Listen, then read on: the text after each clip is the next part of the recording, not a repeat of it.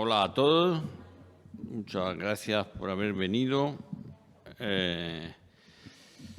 Voy a presentaros brevemente al ciclo de conferencias que empezamos ahora y luego a nuestro primer ponente. Como sabéis, hemos pedido permiso a Capellanía para utilizar el copyright de Dier Academicus y hemos puesto en marcha un Dier Academicus dependiente del rectorado, que además queremos sacar todos los años y que más o menos va a consistir en una conferencia, habitualmente conferencia, quizás en otras ocasiones sea algo parecido, al mes, durante los 10 meses, o entre 10 y 11, o sea, una regularidad cercana al mes. Y para este año hemos elegido qué es la universidad, con la libertad de darle a cada ponente para que lo especifique a su modo y manera y lo cuente de la manera. Sabéis que en el discurso de apertura yo sugerí la idea de que para la universidad necesita saber lo que es para hacerlo. Y para saberlo hay que pensar, pararse a pensar y darle vueltas y reflexionar y discutir de manera reflexiva como lo hacemos. Y además no puede haber una sola voz. A la universidad le ocurre como a la ciudad antigua. Pericles decía que una ciudad que es de un solo hombre no es una ciudad, es otra cosa, es un cortijo, pero no es una ciudad. Nosotros, para saber lo que es la universidad y para darle vueltas y para pensarlo, muchos de vosotros tenéis cargos de responsabilidad, los habéis tenido, otros los tendréis. Gobernar, en cierta medida, siempre y mucho es gestionar, pero es también pararse a pensar. Y pararse a pensar qué rumbo le damos a las cosas y qué dirección. Y eso que estamos haciendo, a qué contribuye. Porque a veces nos tomamos mucho trabajo en hacer cosas que contribuyen a hacer una universidad que no es la que queremos hacer o que no es la que nos gustaría. Así que hay que pararse a pensar. Forma parte de las funciones del director de departamento o el coordinador de titulación hasta el rector, pararse a pensar. Y pensar juntos es más fácil.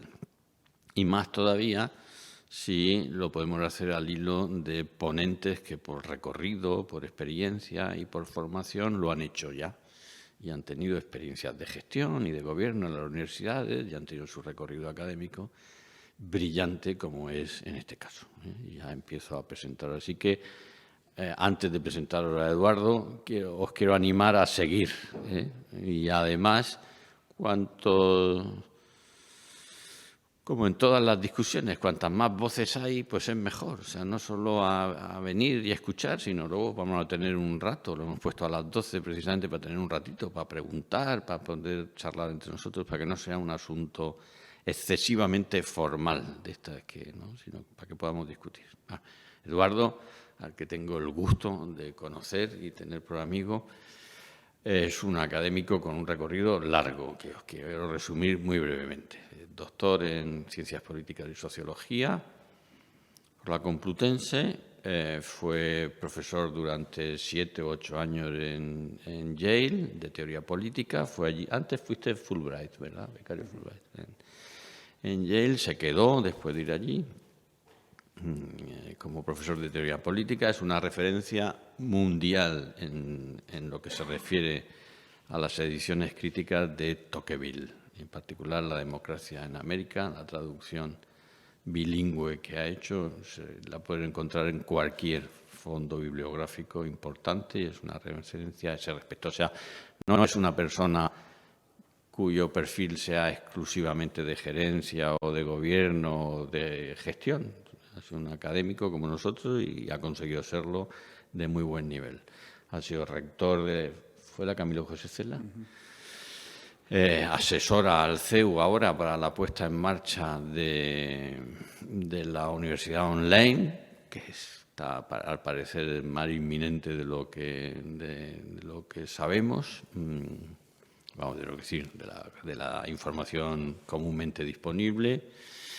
Y además de todo eso, el año pasado, durante casi un año y medio, coordinó y fue el relator de una comisión que montó el presidente de discusión sobre el modelo CEU de universidades, que además compone la mayor parte, el 80% de los ponentes que hay en este asunto. O sea, casi todos los ponentes que hay, salvo 2 o 3, algunos los nuestros, nuestros 2 ponentes y otros 2 ponentes que son catedráticos de teoría de la educación especializados en educación universitaria. Los demás ponentes son todos vocales de aquella comisión que estuvimos durante 1 año y medio reuniéndonos y elaborando un documento que luego, como es lógico, ha servido para poco. Esto es muy nuestro pero nos lo pasamos muy bien, nos conocimos, de ahí viene, aunque lo conocía de antes, mi amistad, y me parece que es muy interesante escuchar esas voces que no son monocordes, que son distintas, que dicen cosas que otros no dirán y que van a enriquecer eso, nuestra reflexión y nuestra... Pues dicho eso, yo no tengo más que agradecerle a Eduardo que haya querido venir y esto es todo tuyo, ¿vale? Muchas gracias, Higinio. Es verdad, hemos pasado mucho tiempo los dos hablando de qué es una universidad o qué debería ser una universidad.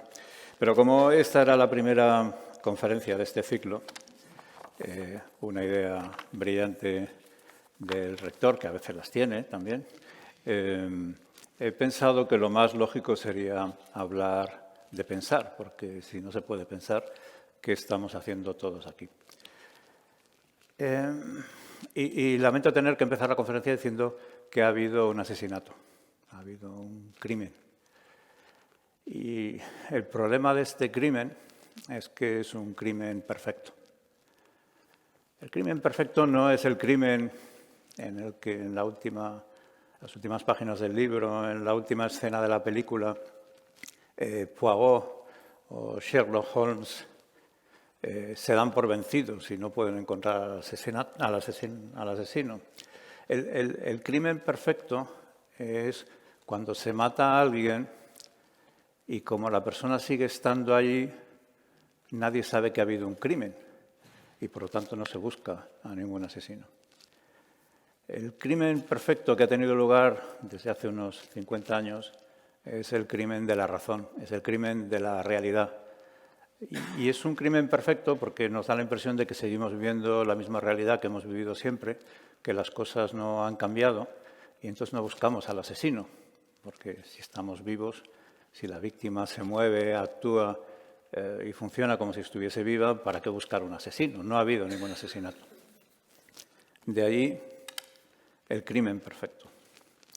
Una idea que ya en los años 60 o 70 empezaron a ver algunos autores, que la realidad en la que vivíamos, que la razón que empleábamos para construir cosas y organizar nuestro mundo, estaba empezando a cambiar y que el mundo empezaba a hacer una cosa muy distinta a lo que había sido hasta entonces.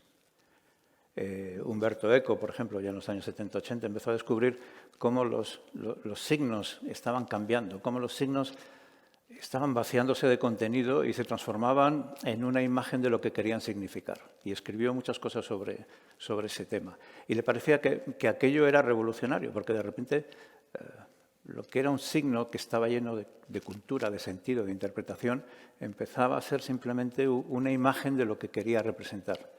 Y esa coincidencia entre el signo y su referente le preocupaba y mucho, por razones que explicaré después.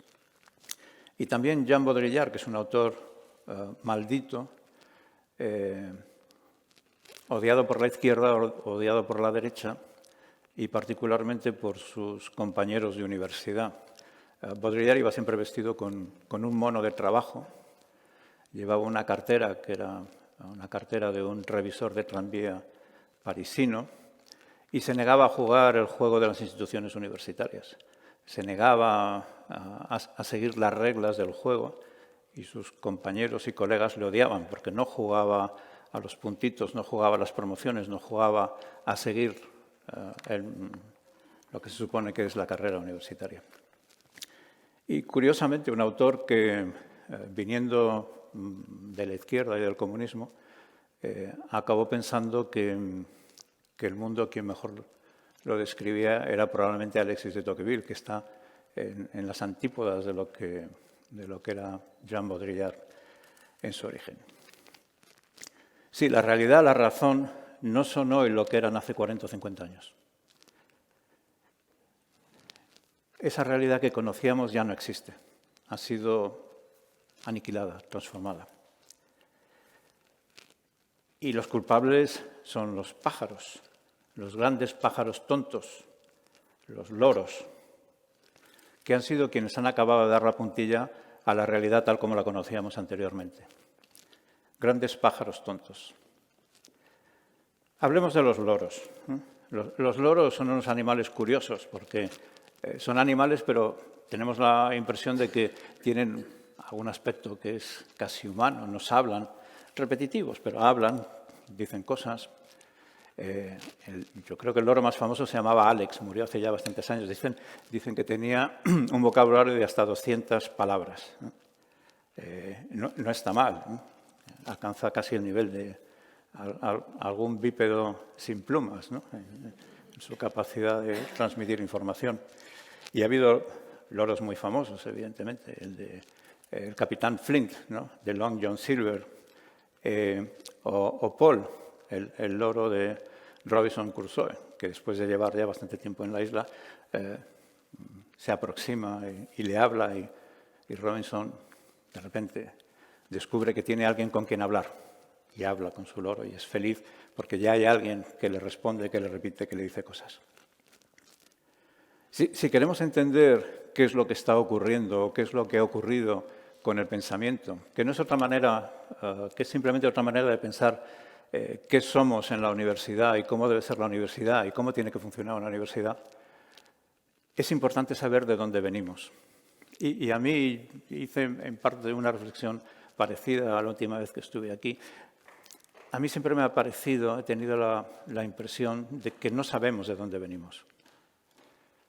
No sabemos de dónde venimos porque, de hecho, este pasaje por esa realidad que es distinta ha durado 6.000, 5.000 años, pero la existencia del ser humano es mucho mayor que esa. Hemos vivido durante millones de años y el mundo, tal como hemos estado acostumbrados a interpretarlo, es un mundo que ha tenido su existencia durante muy poco tiempo. De hecho, la mayor parte del tiempo hemos vivido en un mundo muy distinto al actual. Y mi idea es que hoy, con toda nuestra tecnología, los micrófonos, las cámaras de fotos y de vídeo, que hoy, con toda esa tecnología, hemos llegado a vivir en un mundo que se parece, sobre todo, al mundo en el que hemos vivido la mayor parte del tiempo y que sigue unas reglas y un comportamiento que no son las reglas y el comportamiento de lo que hemos vivido en los últimos siglos. En el mundo hay discusiones, unos 7.000, 6.900 idiomas o lenguas. De todas esas lenguas, solamente 74 o 73 son alfabéticas y 78 se escriben. El resto son lenguas orales que no tienen escritura. Y la mayor parte de la existencia del ser humano ha tenido lugar durante periodos en los cuales no se escribía. Esa es nuestra historia, ese es nuestro origen. Y vivir en un mundo donde no se escribe tiene determinadas particularidades. Y algunos de los rasgos que corresponden a ese mundo en el que hemos pasado la mayor parte de nuestra existencia como seres humanos empiezan a aparecer en la sociedad que tenemos en la actualidad.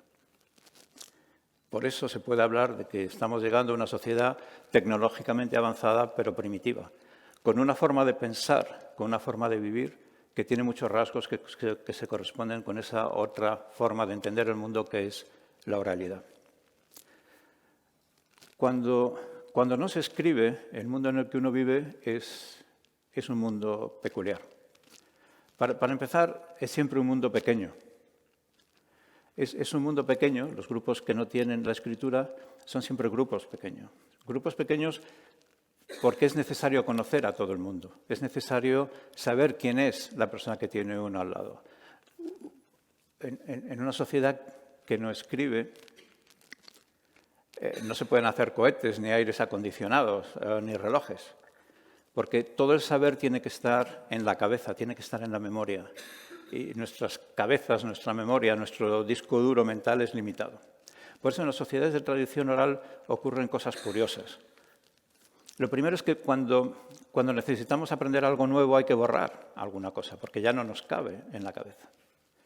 Las sociedades de tradición oral viven siempre en el presente. Les resulta muy complicado pensar en el pasado y también muy complicado pensar en el futuro. El presente es omnipresente, está ahí siempre y es lo más importante. En las sociedades de tradición oral se aprende por imitación, se aprende estando al lado de la persona que conoce una técnica e imitando, repitiendo. No existen los libros, no hay manuales, no hay textos.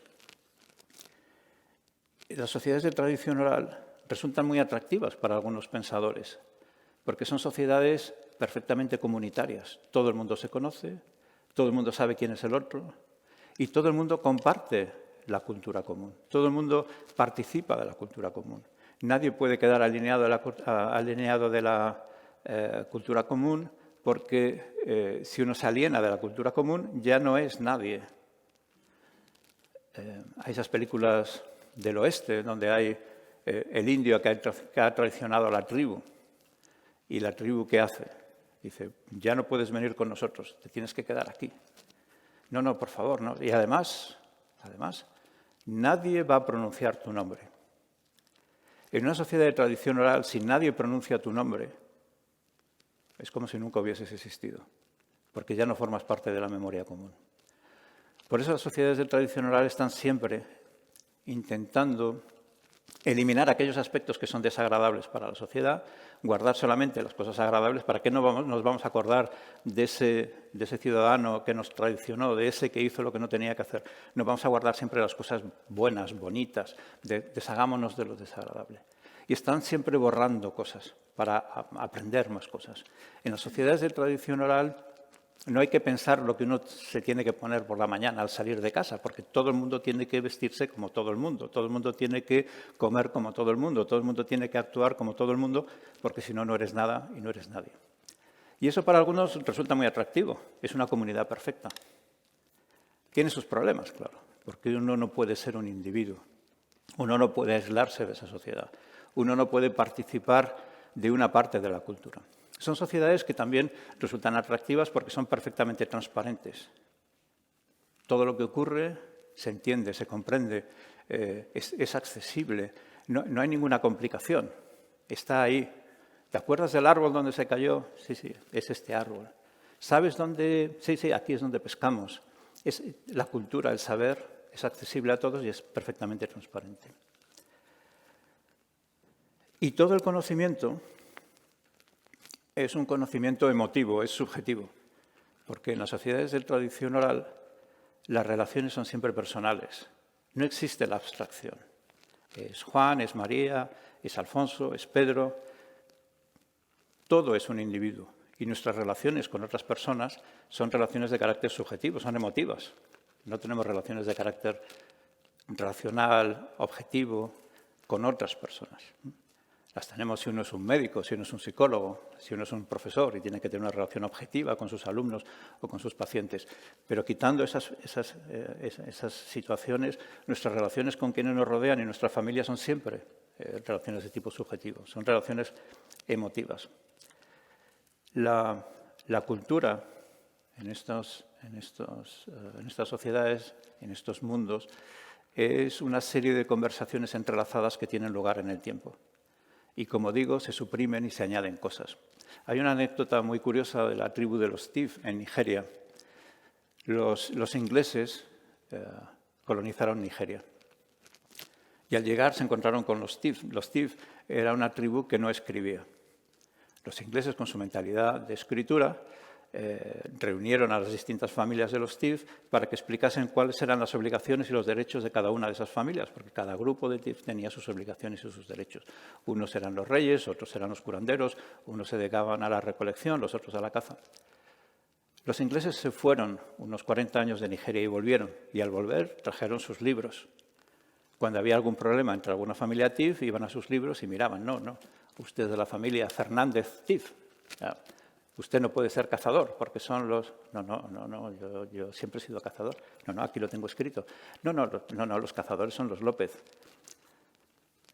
Los ingleses pensaban que los Thief les estaban tomando el pelo y los Thief pensaban, con mucha razón, que los ingleses estaban locos. En realidad es que son dos maneras distintas de entender el mundo. Durante esos 40 años había habido familias que habían sido contrarias a los principios de los Thief y su recuerdo se había borrado. Otros habían cambiado de funciones y como no hay conciencia del cambio del tiempo, ni del pasado ni del futuro, pues pensaban que los López habían sido siempre eso y era así. ¿Cómo me va a decir usted que hace 40 años? No, pero si esto es así. Son dos maneras totalmente distintas de entender el mundo. Por eso en las sociedades de tradición oral es tan importante la genealogía, el origen. Y por eso en las sociedades de tradición oral es tan importante hablar, porque la cultura se transmite cara a cara, de uno a otro. Eso para algunos resulta atractivo. Resulta atractivo porque parece que se vive en una comunidad perfecta. Para otros es una sociedad horrible, porque implica que uno no puede ser un individuo, uno no puede distinguirse de los demás y uno no puede alienarse de la cultura común. Este modo de vivir en el que hemos pasado la mayor parte de nuestra existencia como raza humana se ha dado en llamar primitivismo. No es un término de todo exacto, porque no es que los pueblos de tradición oral, los pueblos primitivos, no piensen. Es que pensaban o piensan distinto a como nosotros pensamos. En nuestras sociedades siempre preguntamos una cosa, el qué. ¿Qué está ocurriendo para que suban las temperaturas? ¿Qué está ocurriendo para que, qué ha ocurrido, qué ha pasado para que cayera un rayo encima del rectorado? En los pueblos primitivos, llamados primitivos, no se pregunta el qué, se pregunta el quién. Y la cuestión no es ya qué ha ocurrido para que suba la temperatura, qué ha ocurrido para que caiga un rayo en el rectorado. La pregunta es quién ha hecho que suba la temperatura, quién ha hecho que caiga un rayo en el rectorado. Y si uno pregunta el quién, la respuesta es muy distinta si uno pregunta el qué. Si vivimos en un mundo en el que estamos rodeados de individuos, de personas, y no de cosas, la pregunta siempre tiene que ser el quién. Los egipcios todos los años hacían un contrato con el Nilo. Escribían un contrato, lo firmaba el faraón y lo tiraban a las aguas del Nilo. Y el contrato más o menos decía, te vamos a sacrificar tantas personas, tantas vacas, tantas cabras, etcétera, y tú tienes que crecer mucho este año para fertilizar una gran extensión de tierras. Como los egipcios guardaban los detalles de las crecidas del Nilo, hoy sabemos que en aquella época, cuando no había embalses ni presas, el Nilo tenía unos ciclos de unos 7 años. 7 años iba creciendo, 7 años crecía menos. Hoy, con nuestra mentalidad, miraríamos las estadísticas y diríamos, este año el Nilo va a crecer poco, o es más que probable que crezca mucho. Los egipcios tenían los datos, lo podían haber descubierto, pero nunca pensaron en esos términos. Para ellos el Nilo era un dios, era una persona, era un individuo, y a los individuos no se les trata como si fuesen cosas. Y por lo tanto hacían el contrato. Oye, yo voy a cumplir mi parte, tú cumple tu parte. Y si no la cumples, vamos a hablar de por qué no ha ocurrido esto. En ese mundo que se ha dado a llamar el mundo del mito, el mundo del primitivismo, lo que se pregunta es la persona. Y es un mundo muy distinto al nuestro. Por ejemplo, no hay diferencia entre el sueño y la vigilia. Las cosas que se sueñan son tan reales como las que uno ve cuando está despierto. No hay diferencia entre la apariencia y la realidad. La parte representa el todo. El nombre de la persona es la persona.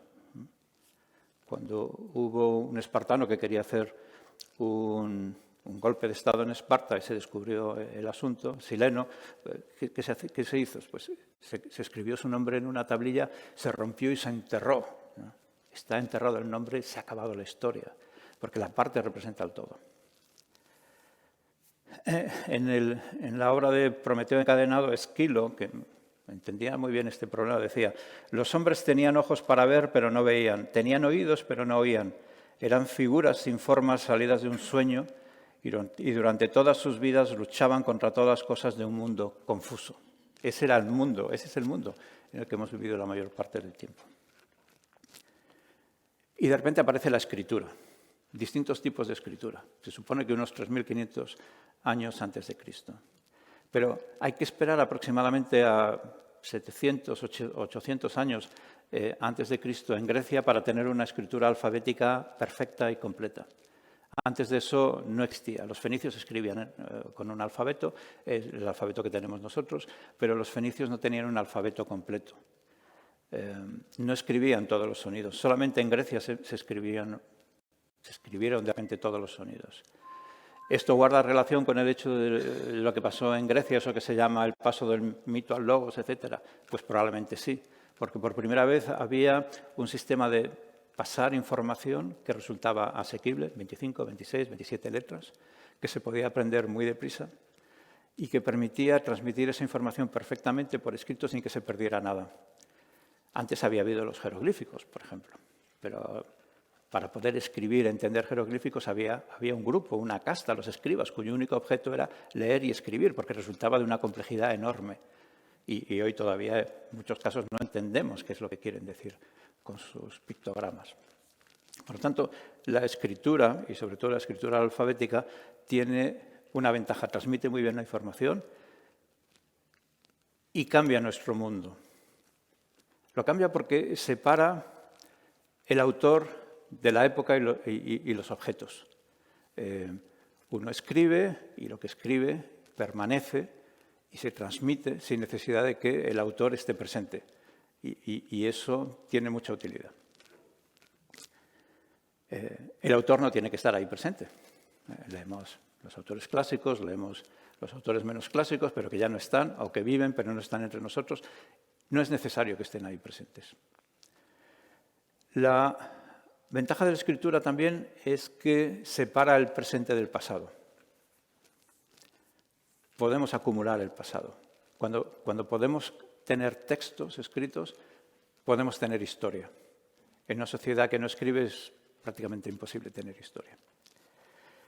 Y sobre todo, la escritura, y esto es maravilloso, crea ambigüedades, crea contradicciones, crea problemas. La escritura muestra las contradicciones. A Ortega le gustaba decir que los libros tienen una cualidad, dos cualidades que son opuestas. Decía él, son deficientes y son exuberantes. Deficientes porque el texto no acabamos de entenderlo nunca perfectamente bien, porque no tenemos al autor. Si tuviésemos al autor le preguntaríamos: oye, esta frase, ¿qué quieres decir aquí? Pues mira, yo lo he leído de manera distinta, sí, pero ¿yo qué quería decir? Bien, no está el autor. Y al mismo tiempo son exuberantes, porque hoy uno lee a un autor clásico y puede descubrir en ese autor cosas que tienen que ver con nuestra época contemporánea. Pascal, Montaigne, Hobbes, y de repente dices: si esto tiene que ver con lo que está ocurriendo en el mundo hoy. Es decir, los textos crean ambigüedad, crean contradicción, son frustrantes y al mismo tiempo son generosos porque ofrecen una lectura de algo que no estaba allí y que a nosotros nos puede resultar extremadamente útil. Esto nos permite también tener cohetes. Si uno escribe, puede tener artefactos mucho más complejos porque el trabajo se puede dividir, se puede guardar y tenemos manuales. Las sociedades de tradición oral tienen muy poca propiedad propia, tienen muy pocas cosas que les pertenezcan. Son sociedades pobres, o eso parece. Las sociedades modernas, las sociedades que hacen cohetes, tienen muchas cosas. El mundo está lleno de cosas y cada vez producimos más. ¿Cuántos tweets se habrán escrito desde que hemos empezado esta conferencia hasta ahora? Miles, millones. ¿Cuántas páginas web habrán sido actualizadas? La escritura permite también una cosa que es importante. Nos permite ser individuos. En las sociedades de tradición oral, uno no está alienado de su cultura porque la cultura la lleva en la cabeza y está alrededor suyo y es un grupo pequeño como este que se mueve, que vive junto, que muere junto, que pelea junto. En las sociedades de tradición oral podemos ser individuos y estar alienados de la mayor parte de nuestra cultura. ¿Qué se nos exige para ser españoles? ¿Qué se nos exige para ser franceses? ¿Qué se nos exige? Poco. Podemos estar alienados de la mayor parte de nuestra cultura y además esa cultura, como acabo de decir, está creciendo continuamente. Es imposible tener toda nuestra cultura en nosotros mismos. No haríamos otra cosa. Esto, que puede parecer una desventaja, es, sin embargo, también una ventaja.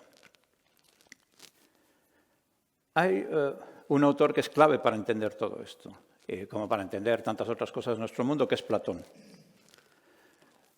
Platón es un autor contradictorio, porque Platón es el primer autor de un libro, digamos, sesudo de pensamiento, La República, donde se escribe y se habla de todo lo humano y de todo lo divino.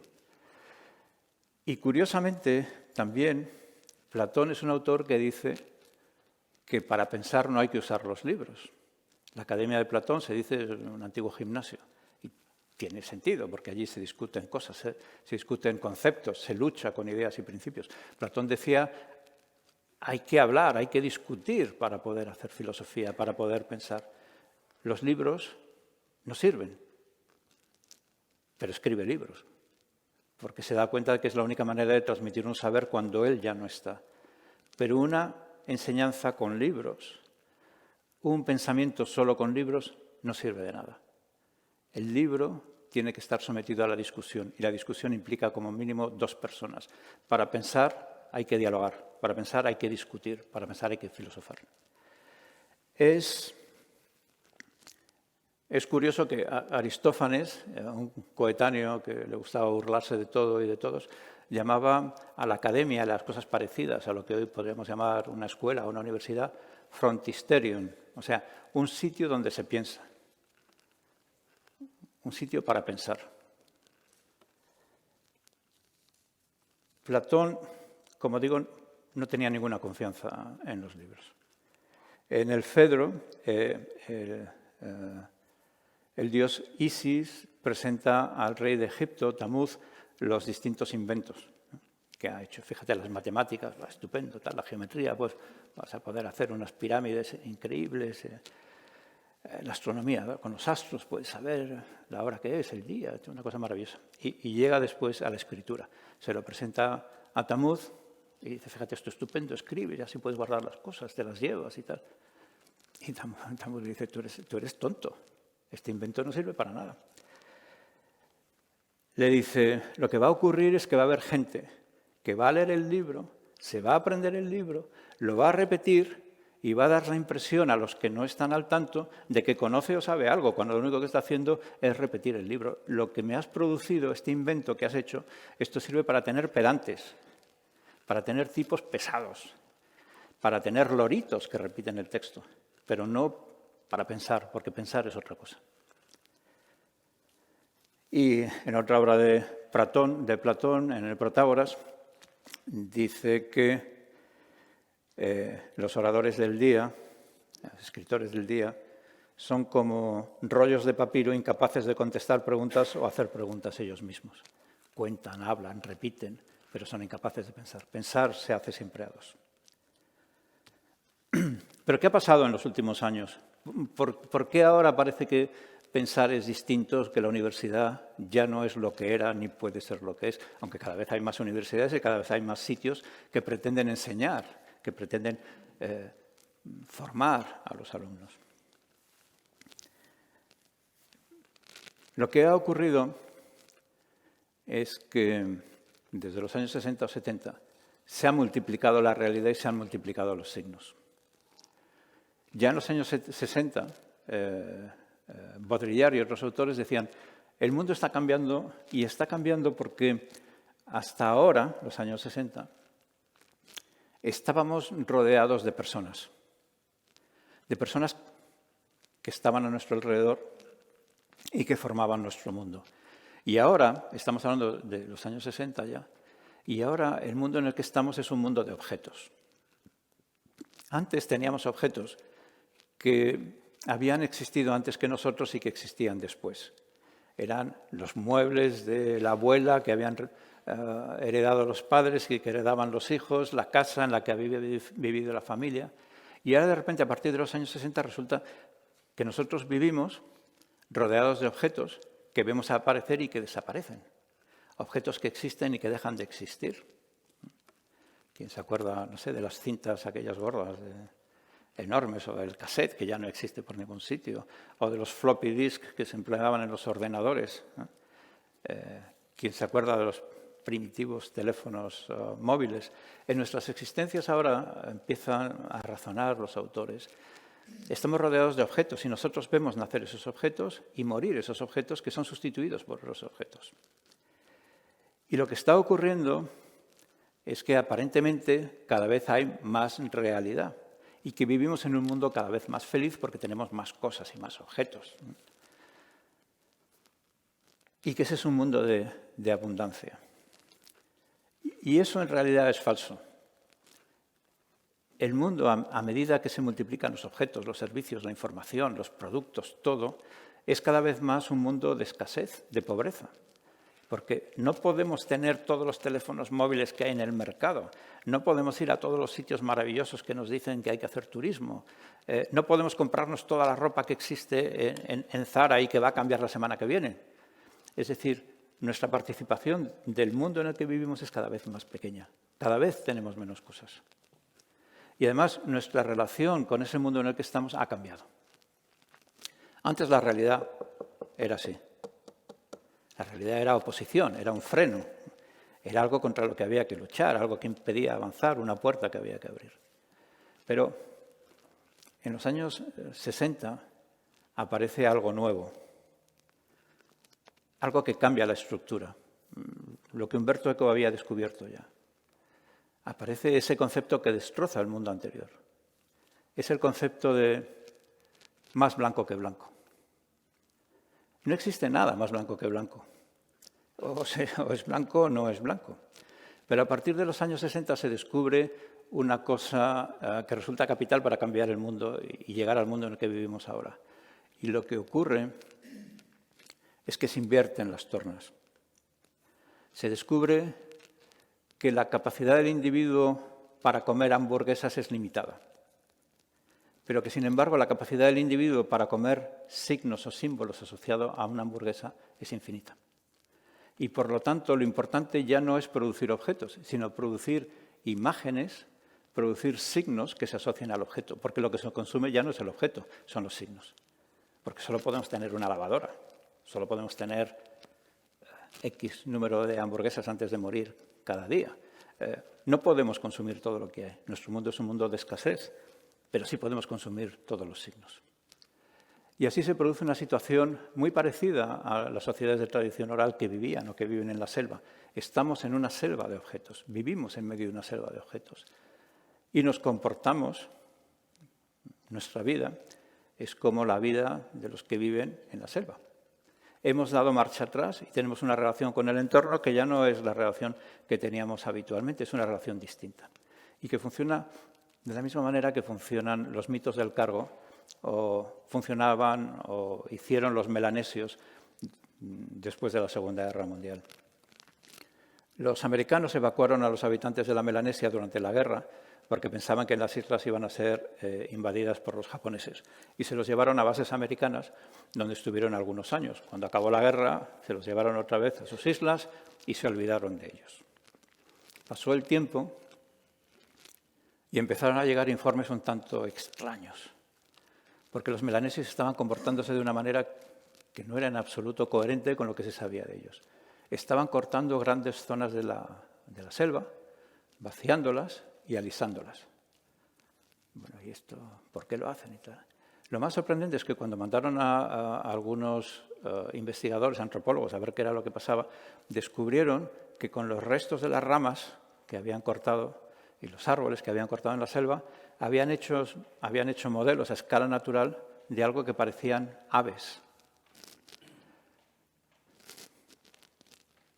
Preguntaron a los melanesios, ¿pero qué estáis haciendo? Esto no tiene ningún sentido. ¿Vosotros nunca, qué es esto de cargarse la selva y hacer aquí unos grandes pajaritos y tal, con ramas y con arbustos y árboles y tal? Los melanesios dijeron, ¿creéis que éramos tontos? Pues de eso nada. Ya nos hemos dado cuenta de qué es lo que está ocurriendo. Cuando hemos ido a vuestro territorio, hemos visto que tenéis unos señuelos puestos en el suelo. Esos señuelos atraen unos aviones metálicos, unas aves metálicas enormes que se posan atraídos por los señuelos y vais allí, abrís y está lleno de cosas estupendas. Como ahora conocemos el truco, lo vamos a hacer. Hemos limpiado esto para que puedan venir las aves metálicas, hemos puesto los señuelos y estamos aquí esperando a que vengan, aterricen y cuando lleguen, iremos todos corriendo a abrir las tripas del ave y vamos a sacar todo lo que nos pertenece. Esta es una de varias versiones de lo que se llama el mito del cargo. Este mito de que hay en el mundo una serie de cargo en barcos, en aviones, que está moviéndose y que las sociedades occidentales, las más inteligentes, tienen el truco para que esos barcos, esos aviones lleguen a sus territorios y por eso el occidente es rico y el resto es pobre. También se tardó en entender que muchas veces las ayudas a los países más pobres no son recibidas con agradecimiento, con simpatía, sino al revés, un poco con odio, ¿no? Diciendo, oye, que te estoy dando... No, esto es mío. Ahora por fin me está llegando algo de lo que me corresponde, porque hasta ahora me lo habéis estado robando, os quedáis vosotros con ello. Por fin alguien ha podido evitar el embargo y ha llegado aquí, pero esto es mío. Es lo que los melanesios pensaban. Bien, pues este mecanismo, según el cual uno pone el señuelo y espera que llegue la realidad, que es propio de las sociedades primitivas, es un mecanismo que se vuelve cada vez más normal en las sociedades presentes. Compramos los signos y esperamos que la realidad llegue. ¿Qué se exige hoy de una lavadora? ¿Que lave la ropa? No, esto es totalmente irrelevante. Lo que se exige es que sea ecológica, que esté conectada por wifi y te diga, oye, ponme más detergente o el agua está fría o lo que sea. Que además use los recursos de la manera más eficaz. No he puesto menos agua porque la ropa no está muy sucia, ya he mirado y tal, no sé qué. Bien. O no, oye, mucha agua y más caliente porque esto es asqueroso lo que me has metido aquí y tal. La lavadora tiene que haber sido producida en un país donde no haya trabajo infantil, esto es obvio. Y además en una empresa en la que se respeten los principios de la igualdad. Además, la lavadora tiene que estar pintada con pintura que sea perfectamente respetuosa con el medio ambiente y tiene que estar hecha en un porcentaje lo más alto posible de materiales reciclados. Y además tiene que ser sexy, porque eso también cuenta. ¿Cuál es el problema? Que compramos la lavadora, el coche, compramos el teléfono y todos los signos que hemos puesto, todos los señuelos que hemos puesto, esperando que venga la realidad, no funcionan. Porque la lavadora lava, pero por lo demás todo esto de salvar el mundo, salvar la humanidad, salvar el planeta y además ser sexy parece que no ha ocurrido. Evidentemente no ha ocurrido porque has comprado una lavadora que ya no es la que tienes que comprar. La nueva lavadora se pasea por tu casa y va cogiendo la ropa. Eso es lo que tienes que tener, porque ya tienes un modelo antiguo. No estás usando los señuelos que hay que emplear. Y no es solamente que la realidad que tenemos, que compramos, se exige de ella cada vez más que represente todo lo que la sociedad en ese momento considera que es importante, por cierto, exactamente igual que en las sociedades de tradición oral. Estos son los valores y todo tiene que estar, todo el mundo tiene que tener estos valores, todo el mundo tiene que tener estas ideas, todo el mundo tiene que tener esta visión del mundo, porque sí, porque si no hay un problema. Es que además nuestra relación con la realidad y con la producción misma de la realidad ha cambiado. Antes, hace 50 años, uno iba a un concesionario de automóviles y decía, pues me gusta este coche. Firmaba las letras o pagaba o daba un cheque y se iba con el coche. ¿Ahora qué hacemos?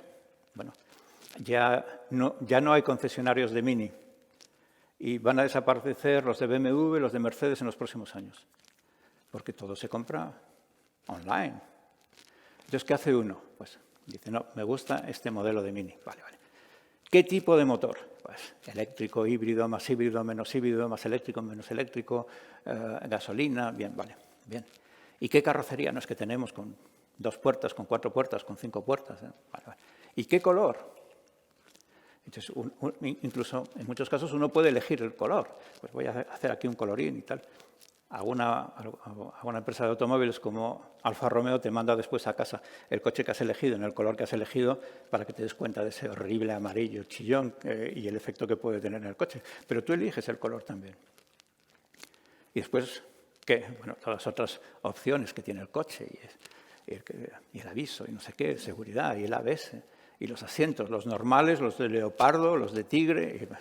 Entonces, tú creas una imagen del automóvil y ese automóvil se produce. Tu palabra se hace automóvil, tu imagen se hace automóvil. Antes las imágenes venían después de la realidad, ahora es la imagen la que produce la realidad. Me he hecho una foto, un autorretrato y estoy aquí en este sitio, en este hotel estupendo y maravilloso. Produces el signo, ¿no? Que es más importante que la realidad. Después el hotel es un desastre y te duelen las piernas y lo está pasando fatal, pero ya lo he puesto en internet, todo el mundo ha visto, oye, qué bien, qué feliz, cómo estás y tal. El signo es más importante que la realidad. Y cuando los signos se vuelven más importantes que la realidad, empiezan a ocurrir fenómenos que también recuerdan a las sociedades antiguas. Primero es la unanimidad, hay que estar de acuerdo con todo. A la ecología se le ha llamado el grado cero de la ideología, porque ¿quién puede estar en contra del planeta? Que alguien levante la mano, le asesinan inmediatamente, ¿no? Es usted antiecológico, es lo peor que te pueden decir. ¿Quién está en contra de las ballenas y los simpáticos delfines y estas cosas? No. Las ideas son únicas y no dan lugar a discusión. Y todo tiene que amoldarse a esos principios, a esas ideas comunes. Como en una sociedad de tradición oral, donde solamente hay un principio, una idea, una forma de entender el mundo. Cada vez más estamos moviéndonos hacia allí.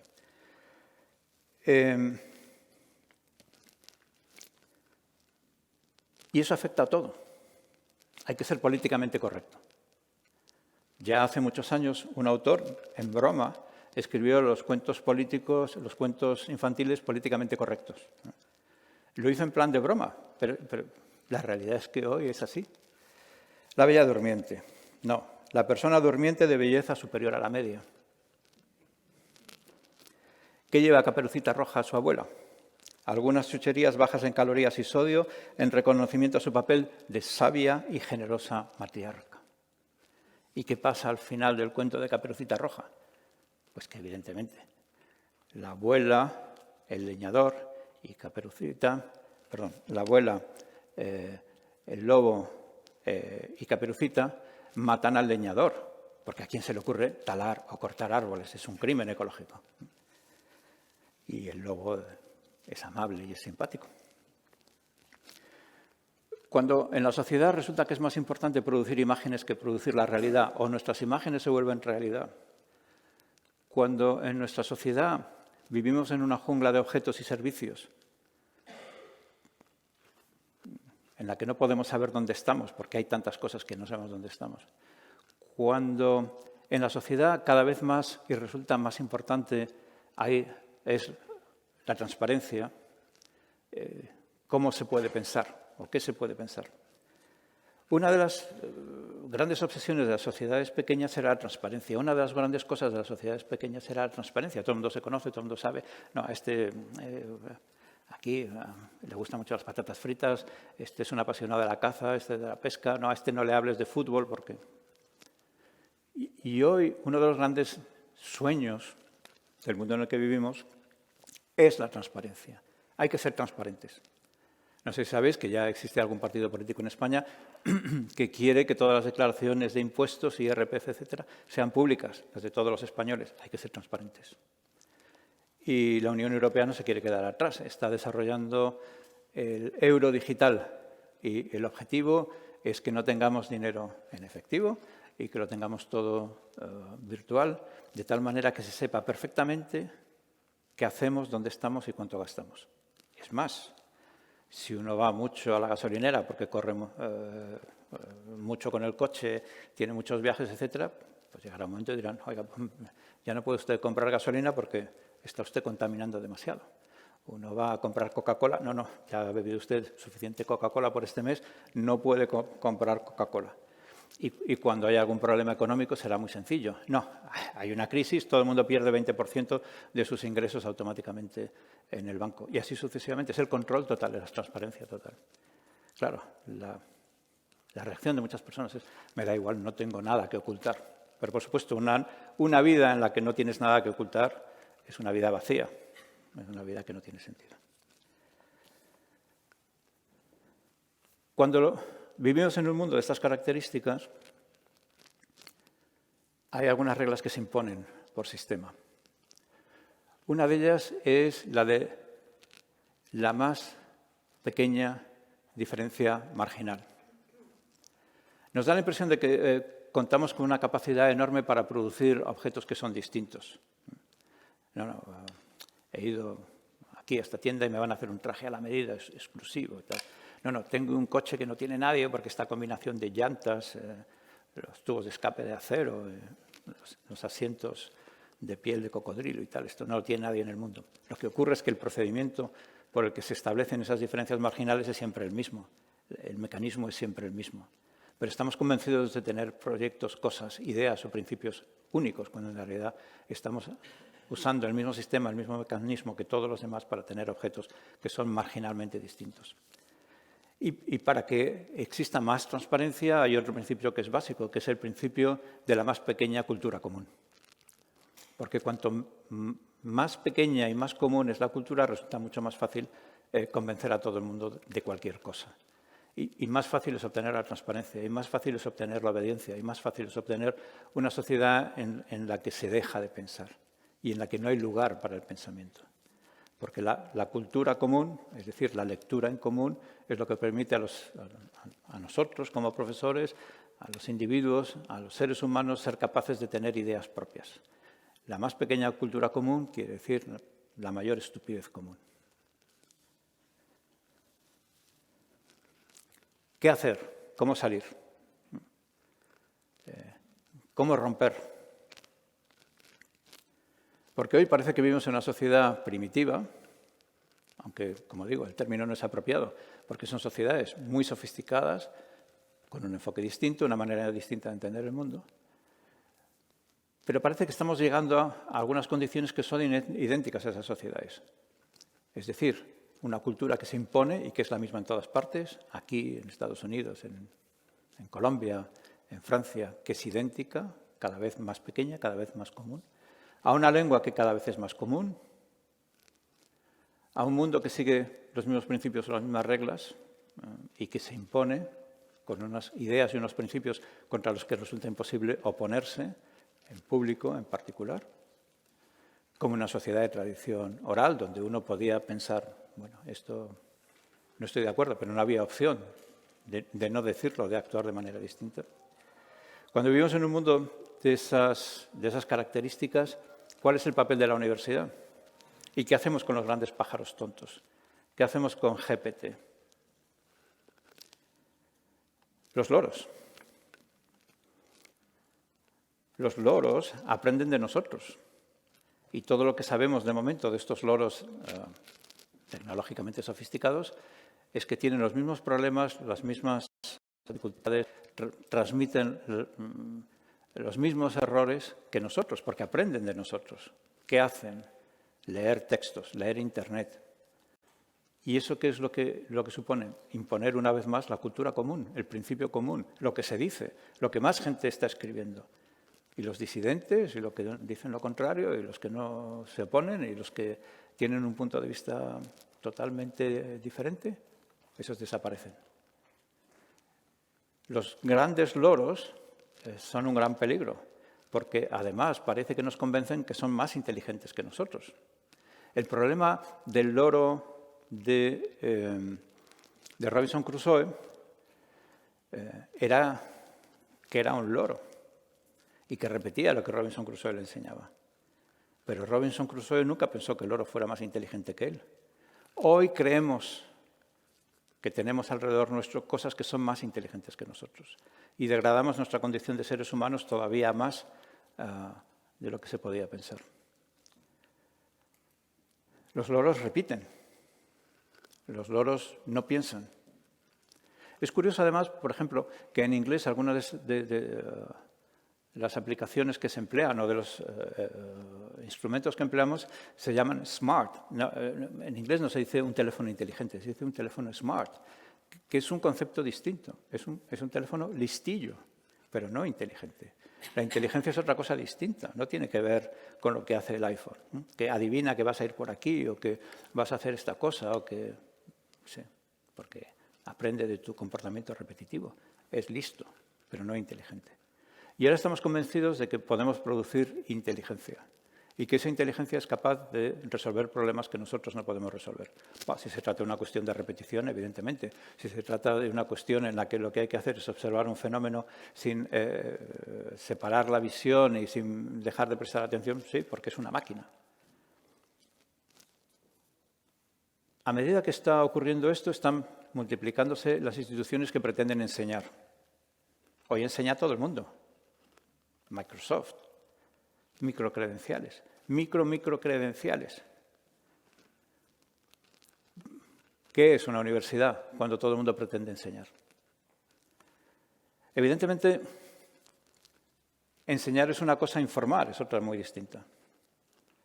Informar lo hacen muchas instituciones, pero enseñar solamente lo puede hacer una universidad. Informarse y ser un pedante, como decía Platón, es una cosa al alcance de todo el mundo. Coges los libros, te los aprendes y vas como una enciclopedia ambulante repitiendo, regurgitiendo lo que has leído en los libros. Pero eso no es pensar. Platón lo tenía muy claro y yo creo que nosotros también tenemos que tenerlo claro. Pensar se hace a dos, o a tres o a cuatro, pero no se puede hacer uno solo todo el tiempo. El diálogo, la conversación, la oposición, la contradicción de los textos es lo que permite tener universidades. Por eso Platón escribía libros, pero la enseñanza se producía hablando con los discípulos, en la discusión, en la conversación. La universidad solamente puede subsistir, o solo podrá subsistir, si sigue la regla platónica, si vuelve a la conversación. Hoy se dice, no, como los alumnos usan GPT, lo que hay que hacer es que lo escriban los trabajos a mano. Bueno, nos odiarán por tener que escribir a mano, pero estarán copiando lo que han visto en la pantalla. Bueno, pero si copian por lo menos van a aprender algo. Sí. Bueno, hemos rebajado tanto el nivel a eso, ¿no? No, como han copiado algo se les habrá quedado. No, la universidad tiene que ser un lugar de conversación. Y para eso a lo mejor hay que deshacerse de los grandes pájaros tontos. Robinson Crusoe, en determinado momento, recuerdan la novela, se encuentra a Friday, a Viernes, ¿no? No puede hablar con él porque bueno, no tienen una lengua común. Friday tiene miedo de que me va a hacer este hombre blanco, y me va a matar y tal. Y hace una cosa muy curiosa, Robinson Crusoe, para demostrarle que no. Hay unos loros, no el suyo, Paul, que es su íntimo amigo, hay unos loros y los mata.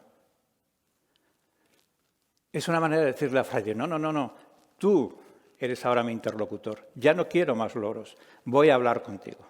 Y se pone de acuerdo con él y empiezan a aprender hasta que consiguen dialogar entre ellos. Así pues, quizá eso es lo que haya que hacer, deshacerse de los loros.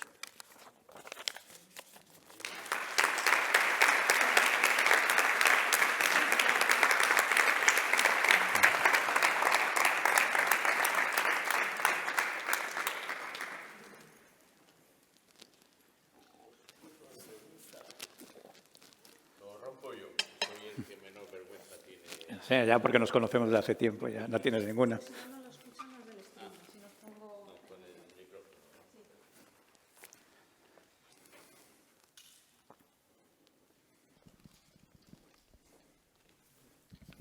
Dos cosas. Una supuesta paradoja, que creo que explicar por qué no lo es nos va a aclarar el asunto. Porque En principio he explicado un mundo oral como un mundo de fijaciones, limitaciones, de identidades colectivas, de certezas indiscutidas, pero al final nos has llevado a otro contexto oral, porque nos has propuesto conversación, diálogo, ¿no? Que es también oralidad y que es también una cierta independencia del texto. Entonces, en ese recorrido puede presentar una cierta paradoja. Seguro que al explicarnos por qué esta segunda oralidad no es la primera, nos puede explicar un poquito mejor la conferencia. Y luego, porque no hay nada más práctico que una buena teoría, deberíamos de intentar traducir lo que nos has contado a la vida académica. Y una de las cosas que a mí me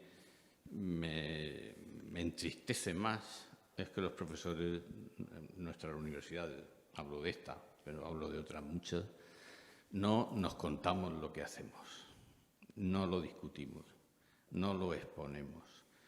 En esta universidad hay muy poco de eso. Estamos intentando con las direcciones de departamento que eso salga adelante. Bueno, estamos empezando a intentarlo, ¿no? Pero no hay seminarios de profesores, no hay apenas, no hay discusiones, no hay foros, no hay... Voy a poner un ejemplo un poco que me tiene un poco entristecido. Hace muy poco tiempo un profesor rector de una de las universidades de CEU presentó un libro, es verdad que en Colomina, que está un poco lejos de aquí. En el libro citaba a un montón de profesores de esta universidad. En la presentación no estábamos ni siquiera los profesores que le había citado. O sea, hay profesores que habían sido citados por ese autor, que era un rector, y en la presentación del libro, que es un acto de amabilidad, pero es un acto académico, donde se presenta el libro de un profesor, no estaban ni siquiera los citados. Seguro que tenían cosas que hacer, obviamente, y seguro que muy respetables. Pero es que no buscan, o sea, ni siquiera aprovechamos los foros que hay para hablar y, entre otras cosas, para hablar de la universidad. Entonces, la pregunta, por eso de llevar la teoría a la práctica, es ¿qué elementos de la tradición universitaria, de la vida tradicional en las universidades, yo he mencionado los seminarios, pero se te ocurre que pueden servir para regenerar ese contexto en el que se piensa y que tiene la forma de lo dialógico, de lo conversacional, pero con formato académico, porque me imagino que claro que te refieres a que nos vemos y conversamos y nos tomamos algo, pero la universidad es una institución y los procedimientos, aunque haya un montón de procedimientos informales que no son despreciables, pues ahí está institucionalizados, hay procedimientos que se pueden formalizar y que se deben formalizar. Y con eso aprovecho para agradecerte la conferencia, que ha sido muy brillante. Ya sabes que yo soy muy radical en estas cosas. Yo prohibiría a todo el profesorado durante 2 años publicar nada. Sí, porque la función de la universidad se ha transformado en algo muy parecido a lo de la producción sin límites de documentos o de artículos que no tienen, en la mayor parte de los casos, mucho sentido.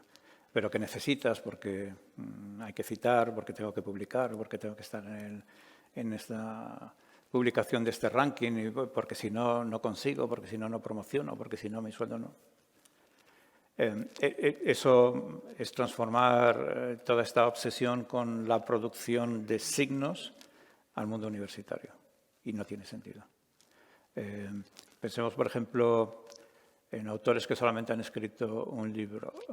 John Rawls, Teoría de la Justicia, el libro más citado en ciencias sociales y humanas durante los últimos 30 años. Escribió un libro. Hoy, si va a alguna agencia de acreditación, le dirán, becario, has escrito un libro, ya, pero es un libro gordo, en fin, tiene muchas páginas, parece que hay gente que lo cita, es el más citado, da igual, un libro, becario. Entonces, hasta el momento en que la universidad diga, se acabó, y hay una pequeña reacción. No sé si habéis visto que algunas universidades americanas y no americanas están negándose a formar parte de los rankings, diciendo es que eso no tiene ningún sentido. El ranking cambia. Este año se va a valorar mucho cuántas personas de origen asiático hay. Hay alguna institución en España que vive de eso. Pues echan a 4 o 5 y traen 4 o 5 personas de Singapur y tal. Subimos en el ranking. No, ahora lo que se valora es que todos los alumnos, que todos los profesores tengan Twitter o X, y todo el mundo se mete en Twitter, fíjate, todos los profesores están en Twitter, estupendo, 5 puntitos más en el ranking. La universidad tiene que hacer la resistencia, y la resistencia es decir, no, nos negamos. Nos negamos a jugar ese jueguecito, que además todos sabemos cómo funciona. Oye, publica en mi revista que estoy reconocido por aquí, tal y tal, y yo publico en la tuya, tal, y así. Y tú me citas y yo te cito, y nos citamos todos, y así todos ganamos puntitos. Eso es exactamente lo mismo que ocurre en la sociedad alrededor nuestro. Un selfie, es eso. Me he hecho un selfie, he publicado aquí, no sé qué. Ahora hazlo tú. Fíjate, ya tenemos más puntos. Hasta que la universidad diga, eso no es una universidad, es otra cosa. Es una fábrica en la que se producen signos académicos, pero sin sentido, la cosa seguirá siendo idéntica. La diferencia entre una oralidad y otra es que en la de Platón hay libros. Vivimos una época que se desprecia el libro. Y eso es algo que ya se ve desde los años 60, 70. Hoy lo que cuenta es la imagen. Y no olvidemos que una de las grandes cosas que se repiten y que son total y absolutamente falsas es que una imagen valga más que una palabra. Una imagen no vale más que una palabra. Porque las imágenes asociadas a una palabra son infinitas. Y la imagen asociada a una imagen es una. Una. Dices libro. Pues inmediatamente pensemos en un libro. Bueno, ¿qué tipo de libro? ¿Cuál es el contenido? ¿Cuántas páginas? ¿De qué color? ¿Tiene fotos? ¿No tiene fotos? ¿Publicado en qué idioma? Es infinito. La palabra libro contiene todo el universo.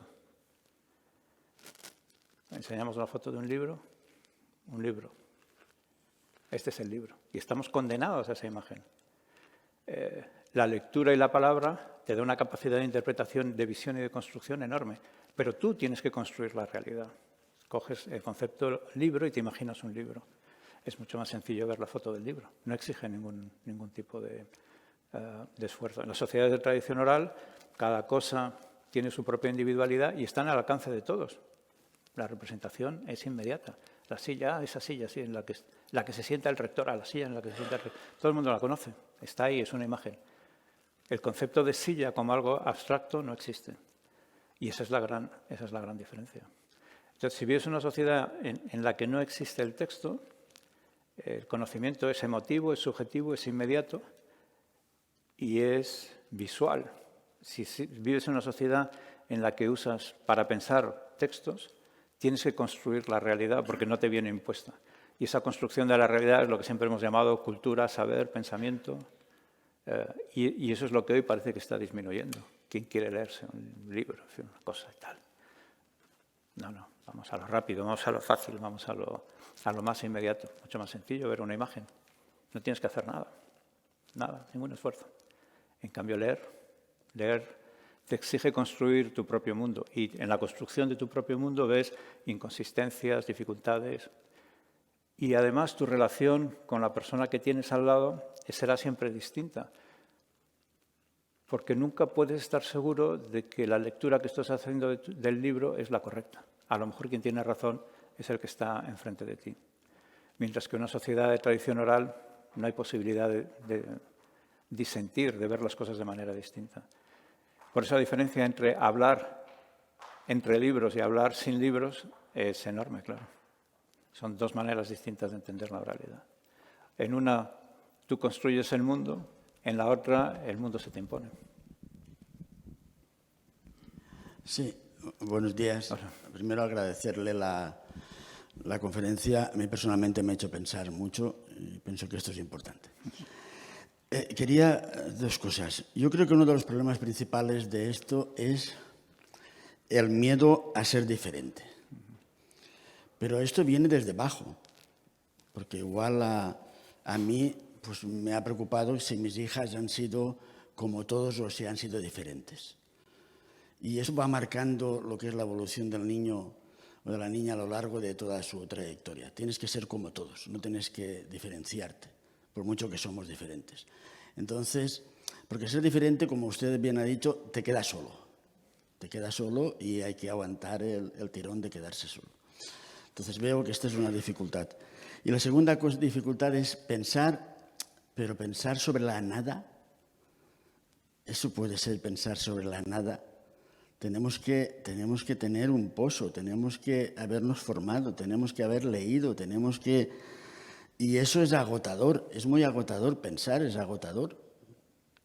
Cuando yo a mis alumnos les hago pensar, pues acaban agotados, porque es más fácil no pensar, digerir y ya está. Entonces, yo creo que quería destacar simplemente estas dos cosas, ¿no? Perdone que no le haga ninguna pregunta, pero simplemente quería destacarlo. Gracias. Sí, pensar es un esfuerzo, por eso es mejor ver una foto o una película que leer un libro, que exige concentración, tiempo, paciencia. Es una tarea que se nos impone y que exige esfuerzo. Y vivimos en una sociedad, como sabemos, que busca el mínimo esfuerzo. Es más, no solamente el mínimo esfuerzo, sino con el máximo de recompensa posible, ¿no? El esfuerzo ya se recompensa más que los resultados. Y además, cuando se vive en una sociedad en lo que se desea es la transparencia, llegamos a una situación muy curiosa. Podemos pensar que el modelo en el que vivíamos antes era un modelo planetario. Es decir, el Sol está en el centro, hay distintos planetas, más cerca, más lejos, más grandes, más pequeños, que gira a una velocidad, a la otra. Es decir, había un grupo de ideas o de principios comunes a todos que eran discutidos, pero siempre era el punto de referencia. No, yo no estoy de acuerdo, pero lo veo así, pero todos hablábamos de lo mismo. Ahora vivimos en un modelo sideral.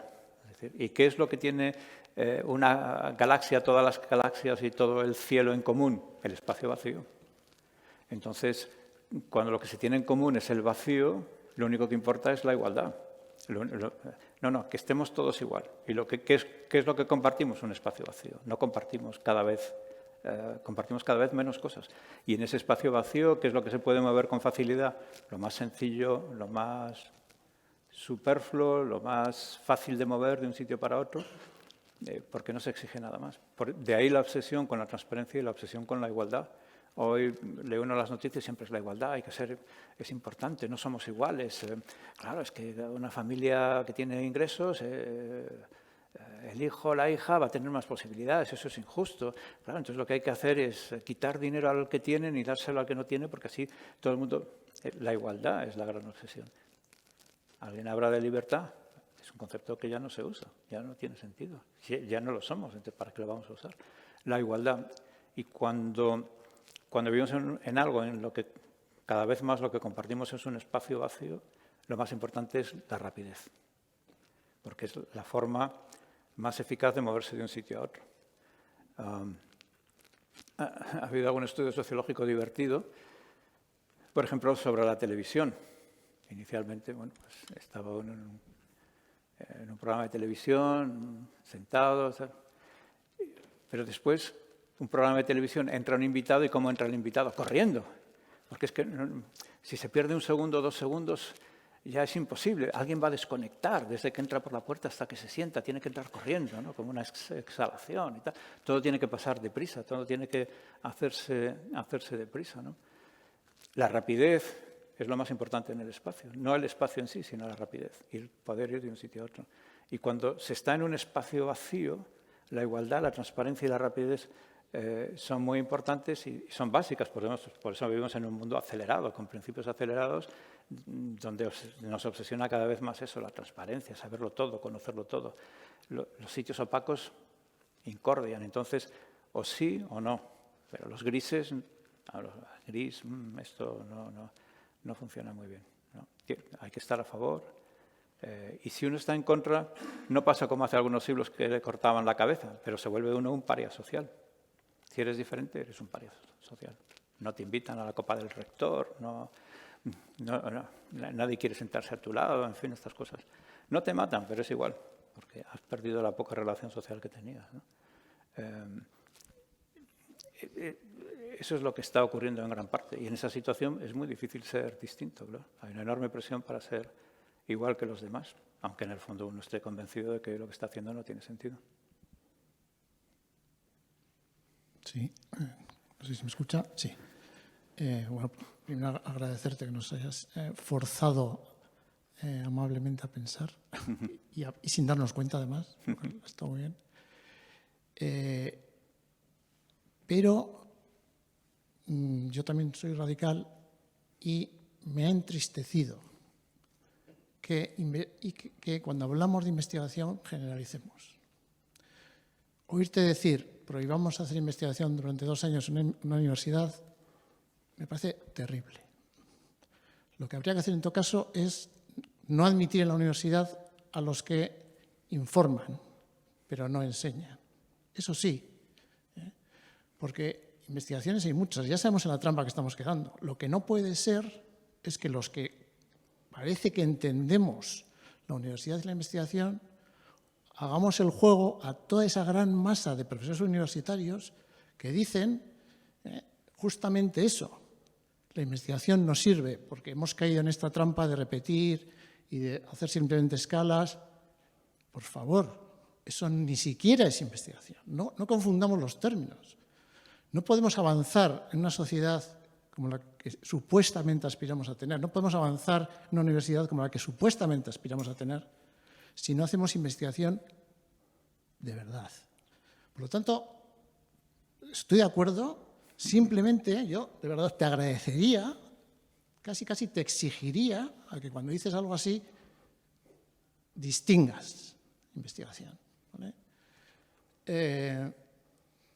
Sí, como ya he dicho, iba a decir algo para provocar, que esa era mi idea. Sí, pero no lo has matizado. Sí, y me ha preocupado. Está claro que hay investigación y que hay investigación. Y está claro que la razón sigue funcionando en cuestiones de carácter práctico, porque tenemos teléfonos más complejos, tenemos teléfonos más sofisticados, coches mejores, etcétera, etcétera. Yo estoy hablando sobre todo de las cuestiones que tienen más que ver con el aspecto humanístico que con el aspecto meramente práctico-científico. Y mi idea, como ya he dicho, es provocar. Es decir, pensemos bien lo que estamos haciendo. Pero me vas a disculpar, es que yo también estoy hablando de eso cuando digo lo que estoy diciendo. Porque creo firmemente en que hay una relación significativa, y mira el término que utilizo, entre la calidad de la enseñanza y la investigación. De hecho, una de las cosas que más he agradecido en mi vida profesional es que el rector de Carlos III me permitiese utilizar montones de datos de la propia Universidad Carlos III para hacer un análisis precisamente si hay esa relación entre investigación de calidad y mejora en la enseñanza. Y lo hice porque podía permitirme seguir al alumno y al profesor, es decir, cómo mejoraba la nota de cada alumno dependiendo de quién era el profesor. Y luego ver si esa mejora correspondía a un profesor que publicaba investigación de verdad. O milagro, resultado a favor, ¿no? Por lo tanto, yo también hablo de humanismo cuando hablo de investigación. Y supongo que también estoy provocando.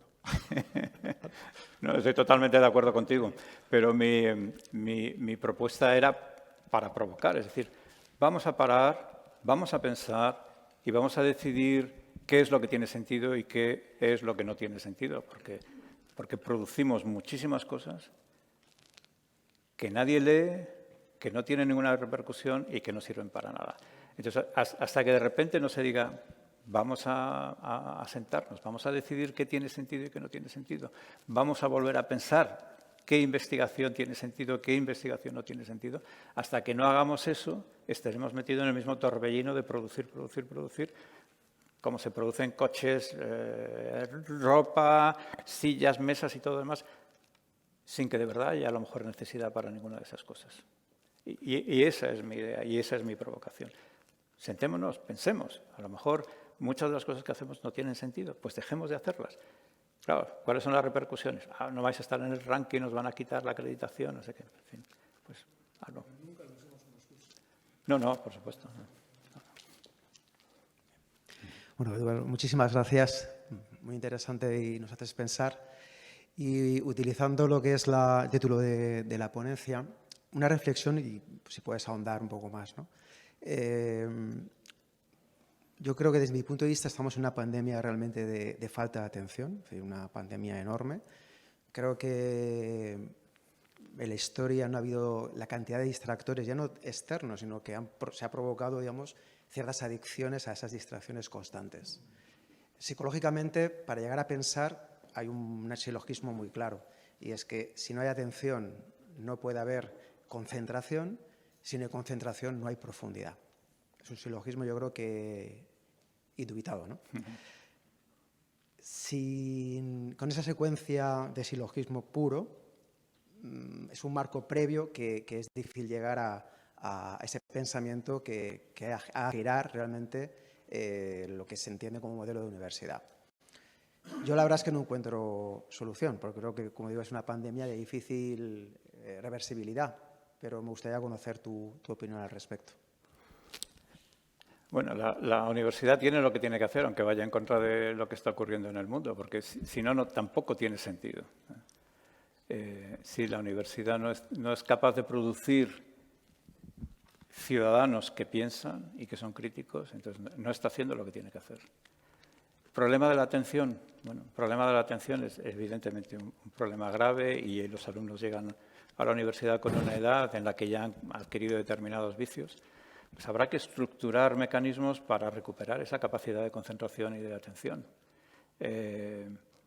A través a lo mejor de lectura y discusión de textos, que es una de las cosas en las que fallan muchos los alumnos, quizá también a través de comentarios de texto, quizá yo lo giro todo en torno a la lectura, porque creo que es ahí donde empieza a aprenderse y a tener sentido lo que es de verdad la vida intelectual. Y alejarse de otras cosas que parecen más intelectuales y que no lo son, ¿no? Pero un alumno que está acostumbrado a que en clase pues la atención que se requiere de él es muy escasa, pues como sabéis hay sistemas educativos que las aulas no tienen puertas y los alumnos entran y salen cuando quieren y se organizan su propio ritmo y no. Claro, es muy difícil pasar de ahí a una estructura más cerrada y más controlada, pero hay que hacer ese esfuerzo, como sea. Eduardo, aquí. Lo primero, felicitarle por la presentación y agradecerle que sea provocador, porque realmente desde esa provocación es donde aparece un nuevo pensamiento y has puesto un problema. El diagnóstico está ahí, es decir, las soluciones no se han dado, simplemente se ha planteado la cuestión. Y ha comentado que era muy importante discutir, conversar, ser más de dos, ¿no? Ese concepto platónico que ha comentado.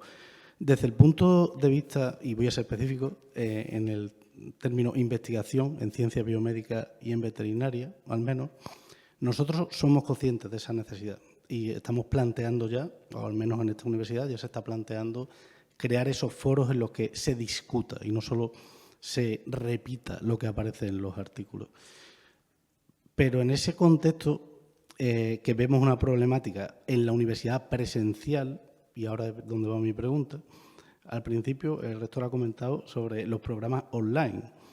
¿Cómo piensa usted que se puede implementar un ágora virtual, un lugar en el que se discuta, se converse sobre el conocimiento en esos programas online que tiene nuestra universidad?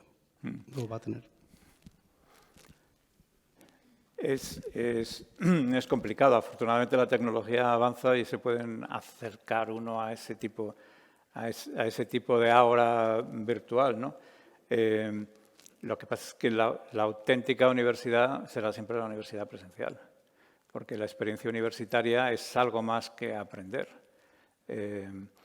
Y eso online ahora mismo es inaccesible. Incluso yo iría más lejos. No se trata de que los profesores de veterinaria hablen de sus proyectos con los profesores de veterinaria. En el MIT los departamentos no existen físicamente. Los despachos están mezclados y en cada planta, al final de la planta, hay una sala de reuniones. Y en esa planta puede haber una persona de física, un biólogo, un filósofo, un historiador, una persona que da clases de arameo. Y todos ellos se ven y tienen la oportunidad de comentar entre ellos físicamente en ese espacio y eso enriquece mucho más su experiencia y su conversación porque no están siempre hablando de lo mismo con los mismos. Y la arquitectura les obliga a enfrentarse, a conocer y a hablar de sus proyectos con personas que están en otras áreas totalmente distintas, que hacen otras cosas opuestas a lo que ellos están haciendo y que a lo mejor tienen una visión del problema radicalmente distinta a lo que uno piensa que es la solución apropiada para su problema. Con lo cual yo creo que la conversación no debe ser ni siquiera entre profesores del mismo área, sino cuanto más lejanos y más distantes y más diferentes sean los profesores, mejor.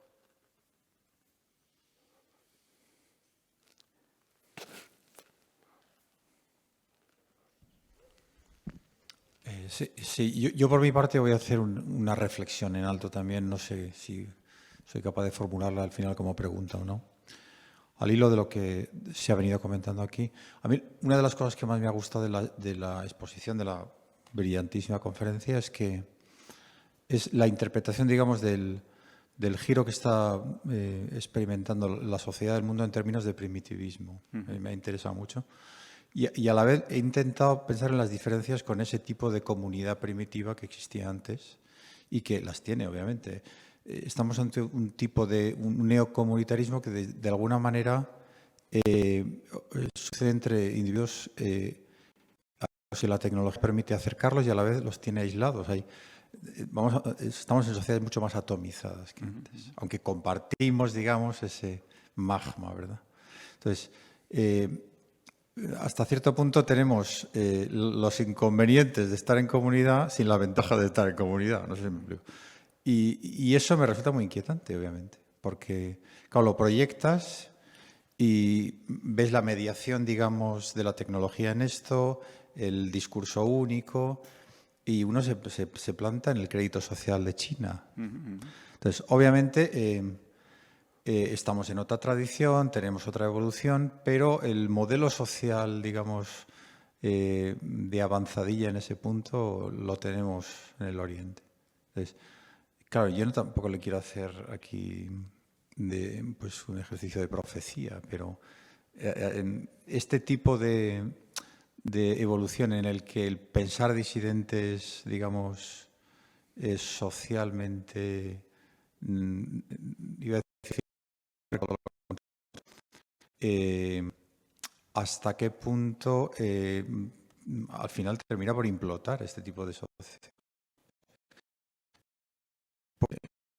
Estoy haciendo al respecto. Sí, por eso he usado el ejemplo de Robinson Crusoe, una persona sola en la isla durante 2 años. Después aparece el lorito, Paul, después aparece Viernes, etc. Pero nuestra sociedad lleva hacia eso. Un individuo aislado con un loro que le cuenta lo que tiene que decir y lo que tiene que pensar. Entonces, ¿cuándo va a venir Viernes? ¿O hay un Viernes que va a venir? Ese es el problema, es decir, cómo se rompe la atomización, el individualismo y el aislamiento de una sociedad con estas características en la que en teoría tienes millones de amigos en Internet y todo el mundo está muy contento, muy feliz de haberte conocido y de haberse conocido y puedes ver al minuto lo que están comiendo y dónde están y cómo se lo están pasando y sin embargo eso no genera ningún tipo de auténtica relación social. El propio papel de la tecnología en esto, porque en principio, lo comentaban también en la sala, la tecnología en los usos en los que estamos, digamos, desplegándola, nos genera dispersión, nos genera falta de concentración. Y en sí misma no tendría por qué ser así. La tecnología nos puede servir para hacer un seminario estupendo entre 5 universidades del planeta. Es decir, esto no es necesariamente así, pero lo cierto es que da la impresión de que el tipo de sociedad en el que estamos es un tipo de sociedad en el que la uniformidad ideológico-mercantil se sirve de la tecnología para, de alguna manera, asegurar su predominio. Y eso es lo que a mí me cuesta, de alguna forma, ver cómo se puede subvertir. La propia universidad como institución, no digo que sea impotente para hacerlo, pero solo puede plantar semillas, digamos, un poco en guerra de guerrilla respecto de esto. Sí, bueno, y hay otro problema. Los alumnos llegan a la universidad porque tienen como objetivo tener un empleo. Y eso antes era importante, pero no era tan importante como lo es ahora. Va uno a la universidad para buscar y encontrar un buen empleo, va uno a la universidad para formarse como ciudadano y persona crítica y después tener un empleo. Hay una estadística que a mí me gusta usar y es una que se hace de vez en cuando en los Estados Unidos, que se busca qué estudios han hecho los directivos principales de las 500 mayores empresas norteamericanas. Ahora aproximadamente un tercio, y va creciendo, han hecho estudios de matemáticas, ordenador y tal, y los otros 2 tercios estudios de economía y estudios de humanidades. Pero hasta la entrada de las grandes compañías tecnológicas entre las 500 mayores de Estados Unidos, la primera titulación de los ejecutivos más importantes de las 500 mayores empresas americanas, la mayoría, en porcentaje, pertenecían a las humanidades. ¿Por qué? Pues porque, dando la apariencia de ser saberes que un poco tienen que ver con la vida práctica, sin embargo, desarrollan capacidades críticas que otras carreras parece que no desarrollan de la misma manera. Entonces, hasta la gran entrada de las tecnológicas era más de un tercio humanidades, un poco menos de un tercio economía y otro tercio otro tipo de titulaciones. Pero eso no pasa y eso no atrae. Y si uno le dice a un alumno, mira, para ser un buen directivo en una empresa, pues a lo mejor te sirve ser un buen historiador, no necesariamente te sirve haber estudiado exclusivamente la economía. A lo mejor después puedes hacer un máster y adquirir los conocimientos, pero hay algo ahí que parece que es muy importante y que permite que en ese porcentaje las personas con esas titulaciones lleguen a esos puestos. Pero esto no pasa en la sociedad. En la sociedad pues tenemos otras reglas, otros juegos, otras maneras de entender el mundo y eso no resulta atractivo. En cambio, dice, bueno, pues quiero ser veterinario igual, pues veterinario. Nuestro sistema educativo, además, es muy peculiar, porque contrariamente a lo que ocurre, por ejemplo, en el sistema americano, aquí desde el primer día te especializas. Mientras que en el sistema americano tú vas estudiando lo que quieres y a medida que avanzas, tus opciones van disminuyendo y te diriges en una dirección o en otra, ¿no? Y es muy normal que una persona esté estudiando pues algunas asignaturas de biología, historia, una lengua. Bueno, ¿y qué vas a hacer? Bueno, pues todavía no lo sé, estoy en primero, pero no me termine. Y eso también yo creo que más especializarse desde el primer día, ¿no? Que es lo que hemos elegido hacer aquí. Porque cuando entras a la universidad muchas veces no sabes lo que quieres hacer. Y esos 2 años que te permiten jugar son útiles. Como el sistema antiguo, cuando tenías 5 años y había 3 años, digamos, generales, no es lo mismo, pero bueno, tenías una visión general y después te especializabas en cuarto y quinto, ¿no? O sea que hay muchos elementos con los que se puede jugar para que la universidad funcione de otra manera, ¿no? Pero claro, eso implica voluntad política, implica participación del profesorado, implica muchas cosas.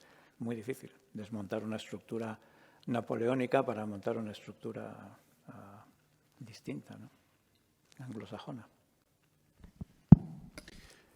Hola, Eduardo, ¿qué tal? Soy Juanma. Sí, hola, Juan. Se están tratando temas súper interesantes y cada persona que interviene abre 2 o 3 melones, ¿no? Y podríamos estar aquí un montón de tiempo. Pues eso, desde la tecnología, que puedes imaginar mi punto de vista, pero la universidad o la investigación, pues hay un montón de cosas que tratar, ¿no? Pero nos estamos poniendo un poco negativos, me da la impresión, ¿no? De que esto pues vamos a peor y yo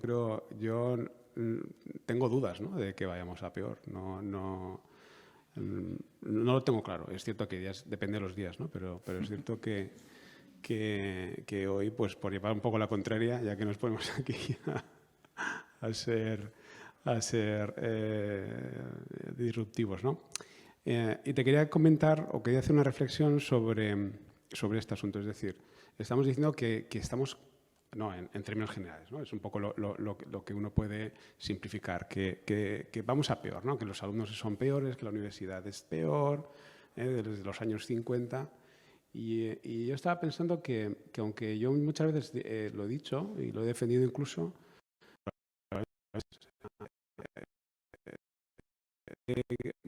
probablemente que sabe que tiene mejores conocimientos técnicos, seguramente habrá mejores filósofos, que son todos los anteriores, ¿no?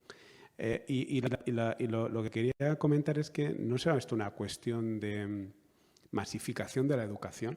O sea, estamos comparando la actualidad, donde el número de jóvenes, aunque no es tan grande como yo pensaba hace 30 años, que ¿no? Hay dos cosas que yo pensaba que iba a ocurrir en los años 2000 y pico, ¿no? Uno es que todos los jóvenes iban a medir 1,90 o más y que todo el mundo hablaría inglés, ¿no? Y efectivamente, ni todo el mundo mide 1,90, ni todo el mundo habla inglés, pero sí que es cierto que hay más gente, más jóvenes que hablan inglés que cuando yo estudiaba. Esto llevado a la educación en términos generales, yo creo que la sociedad hoy en día, a nivel, por lo menos en el mundo occidental, ha accedido o accede de forma más masiva al estudio, ¿no? Y aunque es cierto que efectivamente nuestros jóvenes tienen un perfil un poco más blandito que podíamos tener nosotros, pero el número total de gente que accede al ser mayor, yo creo que provoca que el valor de esta gente, si lo tuviéramos que cuantificar, es mayor en términos totales con respecto a hace 50, 100 años o mucho más, ¿no? Proporcionalmente no lo sé, pero en general yo creo que es un punto a tener en cuenta, ¿no? Esta mejora en general de la sociedad. Eso es un punto de vista. Y otro es algo que yo también es una de las grandes digamos, puntos negativos en mi forma de pensar desde hace años, ¿no? Yo pensaba que sería ideal que todo el mundo estudiara una carrera universitaria. Qué bonita sería una sociedad en la que todo el mundo tuviera una carrera universitaria. Y ahora no pienso eso, ¿no? Pienso que es un problema, ¿no? Entonces, volviendo porque me he enrollado mucho, ¿no? ¿Qué efecto crees tú que tiene en todo este planteamiento que has hecho el que haya una llegada masiva de los jóvenes o de la sociedad a la educación, tanto a una educación básica como una educación superior? Yo diría que bien si todos los ciudadanos fuesen ciudadanos críticos y pensaran. Para eso no hace falta hacer una carrera universitaria, pero sí hay que aprender a pensar, ¿no? Y yo creo que haya un porcentaje mayor de alumnos que llegan a la universidad. Es bueno, pero eso no borra el problema que tiene la universidad. Yo recuerdo cuando empecé a dar clases en el 82, cuando estaba en Estados Unidos. La universidad americana en ese momento se estaba rompiendo ya. Y estaban apareciendo departamentos específicos. Departamento de Estudios Hispánicos, Departamento de Estudios Homosexuales y Lésbicos, Departamento de Estudios de nativos americanos, Departamento de Estudios de negros americanos. Y entonces la discusión era, ¿tiene sentido ir a la universidad para que te repitan las cosas o las ideas que ya tienes? ¿O es el objetivo de la universidad el enseñarte que lo que tú habías pensado al llegar a la universidad no es lo mismo que lo que tú vas a pensar al salir de la universidad? La universidad tiene que romper las ideas, tiene que destrozar las ideas de la gente que viene, tiene que enseñar, en eso consiste educar. Si tú vas a la universidad en Estados Unidos, en la Universidad de Yale, donde yo estaba, y vas a estudiar estudios hispánicos, todo lo que veas tiene que ver con el mundo hispánico. Literatura hispánica, geografía hispánica, historia hispánica, todo hispánico. Y si vas al otro departamento con sus propias carreras, exactamente lo mismo. ¿Es eso lo que queremos en la universidad? ¿Que refuerce las ideas con las que ya llegas a la universidad? ¿O queremos que la universidad rompa las ideas, ponga en cuestión las ideas, te fuerce a pensar si lo que estás creyendo, si lo que has creído toda tu vida es lógico, tiene sentido y está bien? Y ahí es donde yo veo el problema. Cada vez hay más carreras especializadas, cada vez tenemos más carreras más técnicas, la tecnología avanza, la ciencia avanza, estupendo. pero sales de la universidad con las mismas ideas con las que llegaste. Entonces no te ha servido de nada. ¿La universidad te ha forzado a plantearte tus ideas, tus principios, tu manera de pensar el mundo? Sí, entonces la universidad ha servido para algo. Y yo creo que es ahí donde está el problema. Entonces pueden venir hordas, todo el mundo puede pasar por la universidad. Si sales igual que has entrado, no ha servido de nada. Son las 2 menos cuarto. Vamos a instaurar la costumbre de ser muy puntuales en la hora de inicio y muy puntuales a esta hora de acabar. Quiero darte las gracias por la conferencia, como te he dicho, me ha parecido brillante. Más que eso, a mí me ha resultado fascinante. Y además estoy convencido que si el resto de las sesiones están a la altura y la discusión que luego se desencadena es como esta, insensiblemente nos van a pasar 2 cosas, o sea, inadvertidamente. Uno, que vamos a disfrutar de las mieles de lo universitario, no solo por la oportunidad de escuchar a ponentes que han pensado sobre el asunto, que nos preocupan, sino porque tenemos el tiempo luego de quedarnos y discutirlo y de proseguir esta discusión fuera de aquí. Y haciendo eso, que es lo que nos gusta, insensiblemente habremos puesto un plus, habremos dado un impulso a nuestra universidad que será cualitativamente mejor. Estoy seguro que los profesores juntos, pensando, discutiendo, exponiendo sus diferencias, mostrando las contrariedades de un punto de vista y del otro, haciendo eso sin darnos cuenta, pero asimilándolo como problemas vitales que llevamos con nosotros y que nos interesan y cuya discusión y reflexión juntos nos apasiona o nos gusta, nos parece que merece la pena. Sin darnos cuenta, estamos generando un espacio no físico, estamos generando un espacio al que podemos introducir a nuestros estudiantes, aunque les estemos explicando materias especializadas.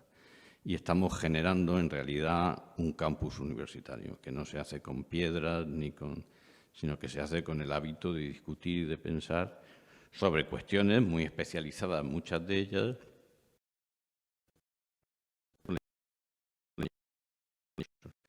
A mí me ha parecido un estreno de lujo, que te agradezco. También le agradezco a todos los que han venido y a los que han participado. Y con esto creo que nos vamos en punto para poder comer, que es otra de las cosas que uno animan a venir a la siguiente, ¿no? Mil gracias.